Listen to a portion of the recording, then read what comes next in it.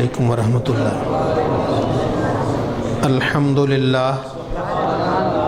الحمدللہ رب العالمین، والصلاة والسلام علی امام الانبیاء والمرسلین وعلی آلہ واصحابہ اجمعین، اما بعد فاعوذ باللہ من الشیطان الرجیم، بسم اللہ الرحمن الرحیم۔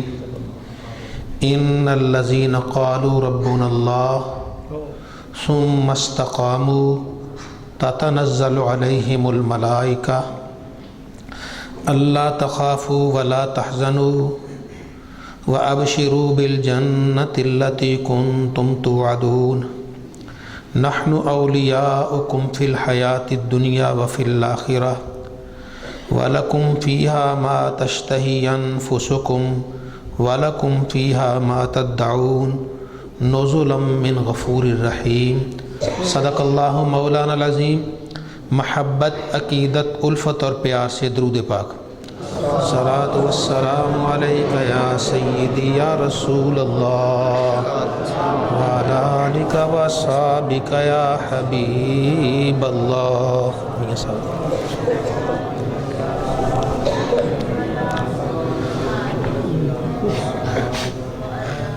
صدر محفل حضرات علماء کرام،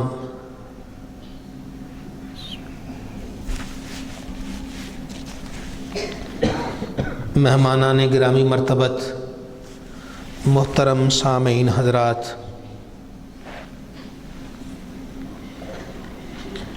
آج کی یہ تقریب سعید، آج کی یہ پاکیزہ محفل امتیوں کا اپنے آقا صلی اللہ علیہ وسلم کے حضور خراج عقیدت و محبت ہے۔ اللہ رب العزت ہم سب کو نبی کریم صلی اللہ علیہ وآلہ وسلم سے سچی اور سچی محبت عطا فرمائے۔ حضرت میاں صاحب زیدہ مجدہ جب انہوں نے مجھے آج کے اس پروگرام کا فرمایا تو میں نے پوچھا بیان کیا کرنا ہے؟ میلاد شریف بیان کرنا ہے، ربیع الثانی ہے، اولیاء کرام بیان کر رہے ہیں، حضور غوث پاک کا بیان کرنا، کیا کرنا ہے؟ تو فرمانے لگے جو آپ کا جی چاہے بیان کر دیں۔ تو اس لیے میں نے چند باتیں بزرگان دین کے بارے میں آپ کو سنا رہا ہوں۔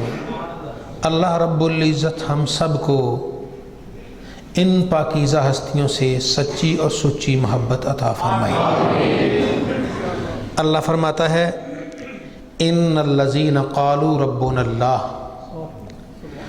بے شک وہ لوگ جنہوں نے کہہ دیا ہمارا رب اللہ ہے۔ کوئی دنیا دار ہمارا رب نہیں، سرمایہ والا رب نہیں، کوئی چودھری رب نہیں، کوئی فیکٹری والا رب نہیں، کوئی صدر یا وزیر اعظم یا بادشاہ ہمارا رب نہیں، ہمارا رب ہے اللہ۔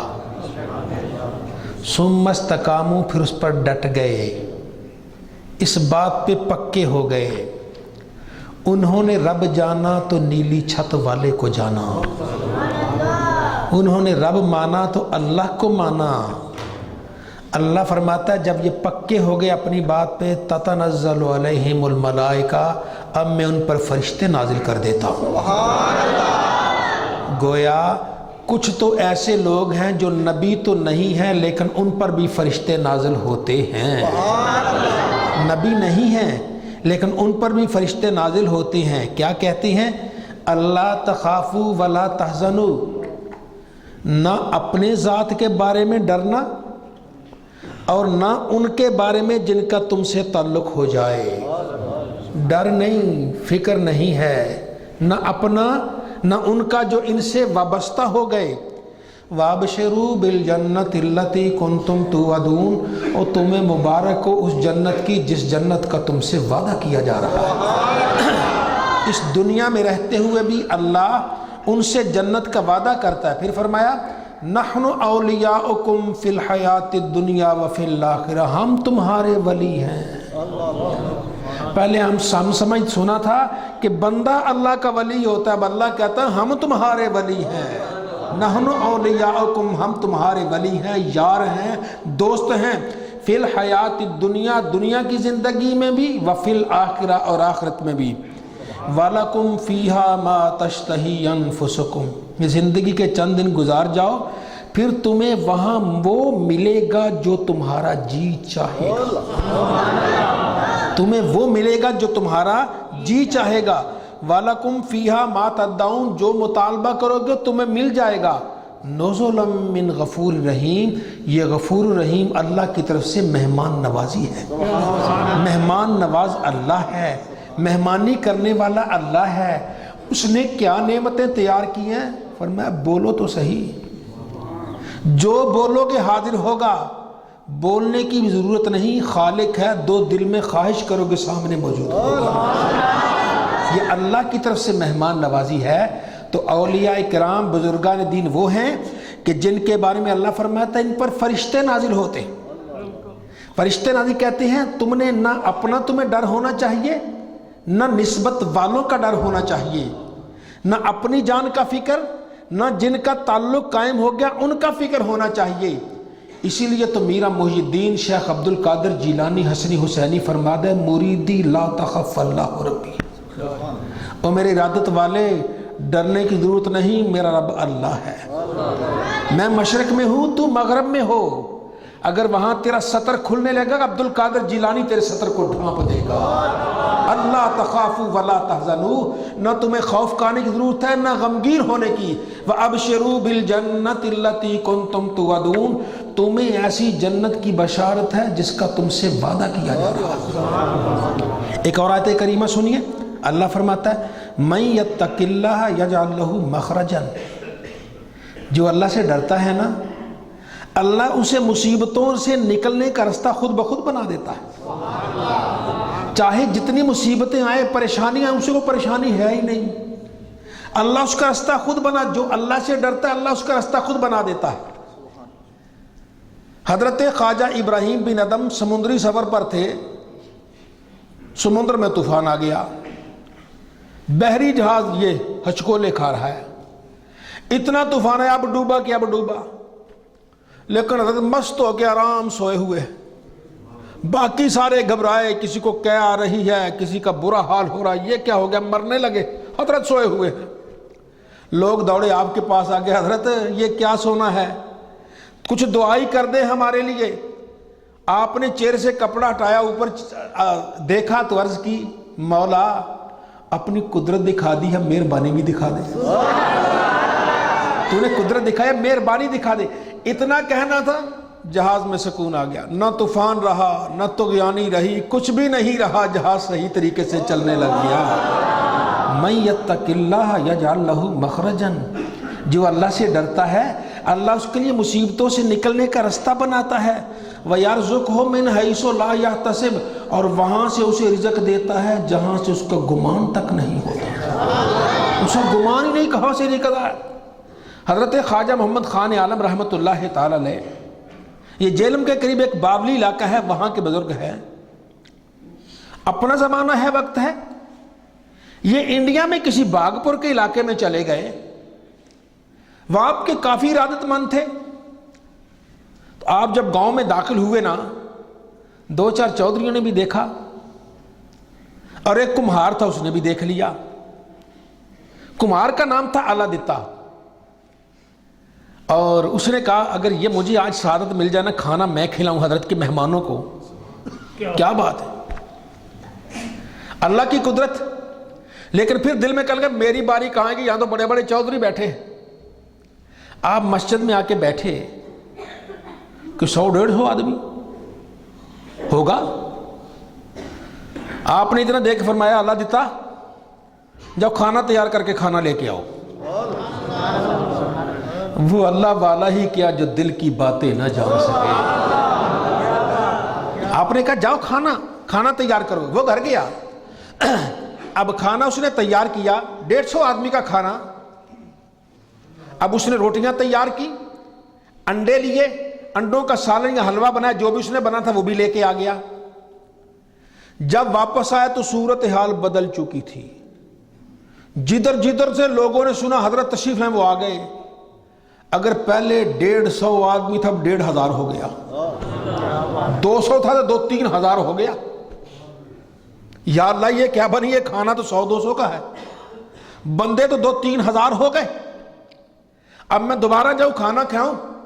آپ نے فرمایا اللہ دیتا, اب واپس جانے کی ضرورت نہیں, یہی کھانا رکھ دو. چادر تھی اتاری, فرمایا میری چادر کھانے کے اوپر دے دو.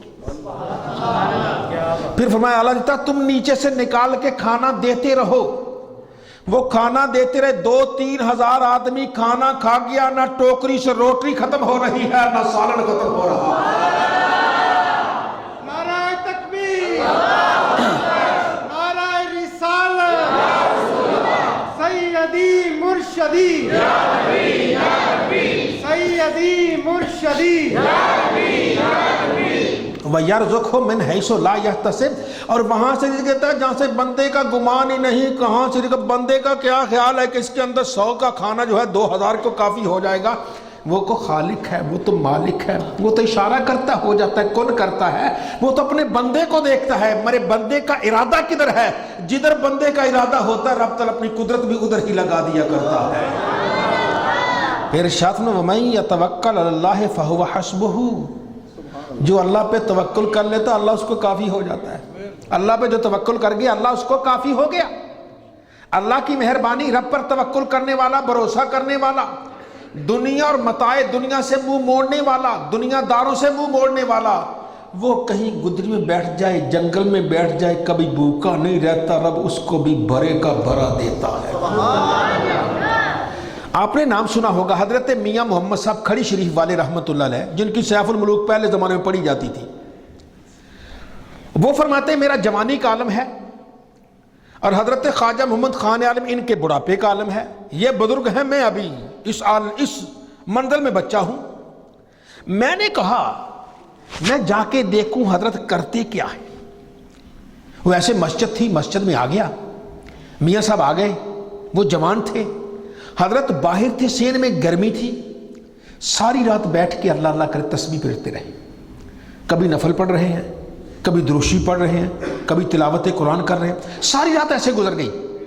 یہ اندر اندھیرے میں گرمی میں دیکھتے رہے, گرمی برداشت کر, لیکن دیکھتے رہے کرتے کیا. وہ کرتے رہے. آخر جب سحری کا وقت ختم ہوا, فجر کی نماز کا وقت ہونے لگا, تو ایک ملازم آ گیا گھر کا ہی ان کا.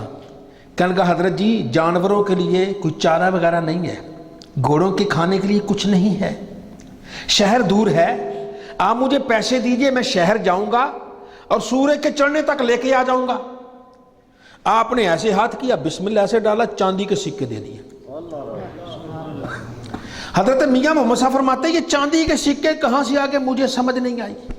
ساری راتوں میں دیکھتا رہا, پتلا قمیض تھی, کوئی جیب بھی نہیں تھی, پیسے کہاں سے آگے. تھوڑی دیر کے بعد ایک اور آ گیا گھر کا ملازم.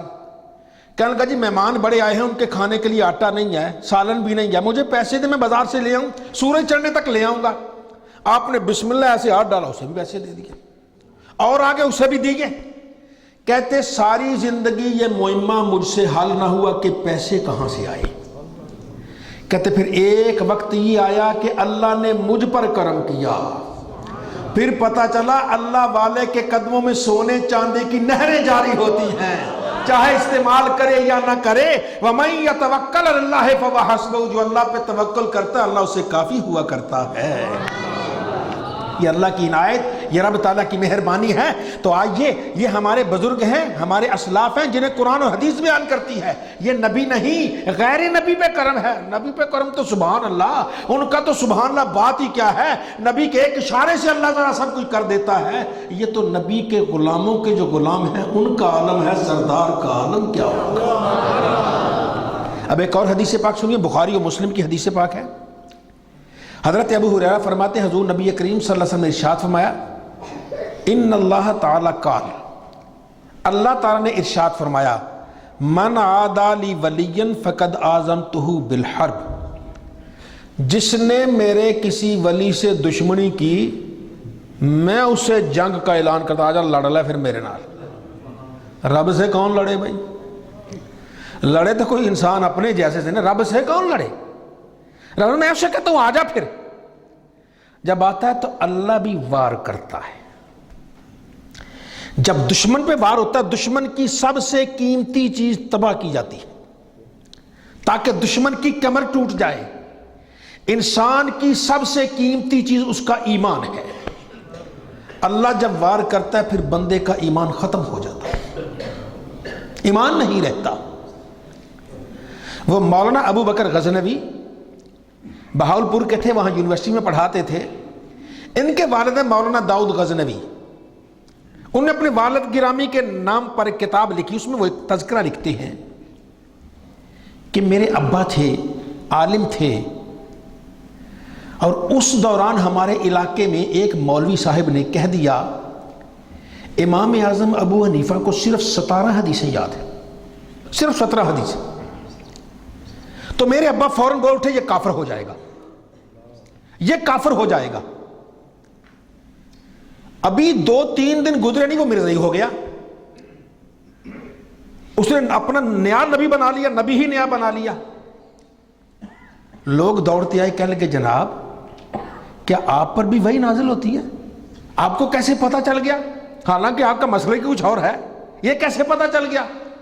وہ فرمانے لگے مجھے پتہ نہیں چلا، جب اس نے ایسی بات کی مجھے نبی کریم کی یہ حدیث پاک یاد آ گئی۔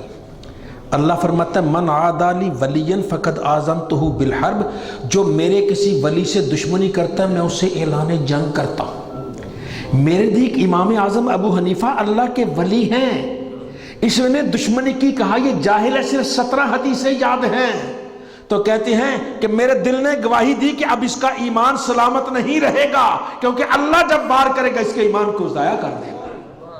تو اللہ والے ہیں، ان کے بارے میں ذرا سا دل میں میل نہیں آنا چاہیے بلکہ محبت آنی چاہیے۔ ہاں، جس دل میں اللہ والے کی محبت ہوتی ہے اس کے وارے نیارے ہو جاتے ہیں۔ حضرت مولانا عبد الرحمن جامی رحمۃ اللہ تعالی علیہ نفحات العرس میں ایک تذکرہ لکھتے، سنیے اسے۔ کہتے قیامت کا دن ہوگا، ایک آدمی اللہ کی بارگاہ میں حاضر ہوگا، اللہ فرمائے گا تو کہاں رہتا تھا؟ یا اللہ میں فلاں ملک میں رہتا تھا۔ کس شہر میں رہتا تھا؟ فلاں شہر میں رہتا تھا۔ کس محلے میں رہتا تھا؟ فلاں محلے میں رہتا تھا۔ اچھا، اس محلے میں میرا بھی ایک یار رہتا تھا، میرا بھی ایک یار ہے، کیا کبھی اس کی زیارت کی؟ کیا کبھی اس کی زیارت ہے کی؟ وہ کہے گا یا اللہ غلطی ہو گئی، ساری عمر زیارت نہیں کر سکا، لیکن دل میں محبت تھی۔ جب بھی لوگ کہتے ہیں میرا دل خوش ہو جاتا ہے، یار کوئی اللہ والا ہے، زیارت کرنی چاہیے، لیکن زیارت نہیں کر سکا۔ اللہ فرمائے گا جا، صرف محبت کرنے ہی تھے، میں نے تیرے گناہوں کو معاف کے جنت عطا فرمائی۔ یہ ہے اللہ کا ارشاد، یہ اللہ والوں سے جو پیار کرتا ہے رب بھی اس سے پیار کرتا ہے، اور رب کے پیار کی نشانی یہ ہے کہ رب محبت والوں کو جنت عطا فرمایا کرتا ہے۔ نعرہ تکبیر، نعرہ رسالت، سیدی مرشدی، سیدی مرشدی۔ جو صرف محبت کرے رب اسے جنتی بنا دیتا ہے، جو آ کے زیارت کرے اس کا عالم کیا ہوگا، جو پیچھے نمازیں پڑھے اس کا عالم کیا ہوگا، جو ان کے قدم دھو دھو کے پیے اس کا عالم کیا ہوگا۔ یہ تو اللہ ذالک کا فضل اللہ ہے، یوتی ہے من یشاء، یہ اللہ کا فضل ہے، اللہ تعالیٰ جسے چاہتا ہے عطا فرماتا ہے۔ پھر اللہ تعالیٰ ارشاد فرماتا ہے ما تقرب الی عبدی بشیء احب الی مما افترضت علیہ وما یزال عبدی یتقرب الی بالنوافل۔ فرضوں کے بعد نفل ہوتے ہیں، فرض ضروری ہیں، فرض نہیں تو کچھ بھی نہیں، فرض نہیں ہے تو کچھ بھی نہیں ہے۔ ایک آدمی نفل پڑھتا رہے فرض نہ پڑھے، اس کا کچھ نفلوں کا کوئی قیمت ہی نہیں۔ جیسے ایک لکھا جاتا ہے نا، یہ ہے فرض، باقی نفل ہے صفر۔ صفر لگاؤ گے 10 بن جائے گا، ایک کے ساتھ 2 صفر لگاؤ گے 100 بن جائے گا، ایک کے ساتھ 3 صفر لگاؤ گے 1000 بن جائے گا، 4 صفر لگاؤ گے 10,000 بن جائے گا، 5 لگاؤ گے 1,00,000 بن جائے گا، یا اسی طرح۔ لیکن اگر ایک نہ ہو صفر پہ ہمیں 1000 لگا دو، صفر پھر صفر ہی رہے گا۔ فرض کے بغیر نفل کی کوئی قیمت نہیں۔ یہ سمجھو کہ نمازوں کے بغیر کوئی ولی بن جائے گا، نہیں، نمازوں کے بغیر، اللہ کے فرض کے بغیر کوئی کچھ نہیں بن سکتا۔ سب سے پہلے اللہ کا فرض ادا کرنا ہے، اور جو فرض ادا کرتا پھر پڑھتا ہے، رب تعالیٰ اسے نور علی نور کر دیا کرتا ہے۔ پھر فرمایا ما یزال عبدی یتقرب الی بالنوافل، فرضوں کے بعد بندہ نفل پڑھتے پڑھتے میرے قریب ہوتا جاتا ہے۔ اللہ کہتا ہے میرے قریب ہوتا جاتا ہے، حتی احبہ، یہاں تک کہ میں اللہ اس سے محبت کرتا ہوں۔ ایک سٹیج ہی آتی ہے کہ اللہ بندے سے محبت کرتا ہے، پہلے بندہ اللہ سے محبت کرتا ہے، پھر ایک سٹیج آتی ہے کہ اللہ بندے سے محبت کرتا ہے۔ بندے تو اللہ کا نام لیتا رہے، ایک دن تو رب کہے گا کون سا دیوانہ ہے روزانہ میرا نام ہی لیتا ہے؟ کون دیوانہ ہے؟ جبریل، یہاں مولا میں فلاں آدمی سے محبت کرتا ہوں، یا اللہ مجھے کیا حکم ہے میں بھی محبت کروں؟ ہاں تو بھی محبت کر لے۔ اب کیا حکم ہے؟ آسمان پہ ندا کر دو۔ جبریل آسمان پہ ندا کرتا ہے، دنیا میں فلاں علاقے میں فلاں بستی میں رہنے والے سے اللہ محبت کرتا ہے، آسمان والوں تم بھی محبت کرو۔ آسمان والے محبت کرتے ہیں۔ پھر اللہ فرماتا ہے زمین پہ چلے جاؤ، جبریل زمین پہ آ جاتا ہے، یہاں بھی اعلان کر دیتا ہے۔ اس کا اثر کیا ہوتا ہے؟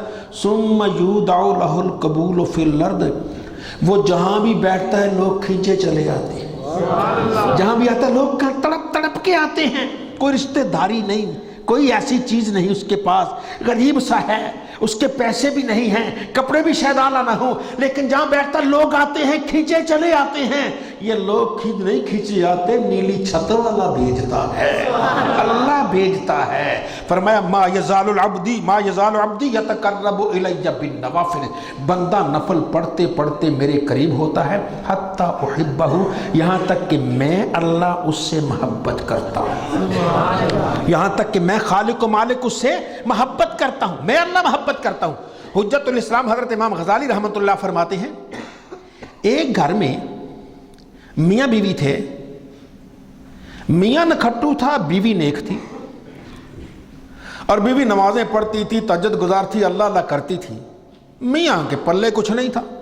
بہرحال وقت گزرا تھا، سردیوں کی ایک لمبی رات تھی، وہ بیوی اٹھی، اس نے نفل پڑھے، دعا مانگتی رو رہی ہے، دعا مانگتی روتے روتے اس نے دعا مانگی، یا اللہ تجھے اس محبت کا واسطہ جو تجھے میرے ساتھ ہے مجھے معاف کر دے، مجھے جہنم سے بچا لے، یا اللہ اپنی محبت کا واسطہ جو تو میرے ساتھ ہے مجھے جنت دے دے۔ اتنے میں شوہر کی آنکھ کھل گئی، اور شوہر کی آنکھ کھلی تو اس نے کہا ہے یہ کیا دعا مانگ رہی ہے؟ اس محبت کا واسطہ جو تجھے اللہ کو تیرے ساتھ ہے، تجھے کیا پتا کہ اللہ تجھ سے محبت کرتا ہے یا نہیں کرتا؟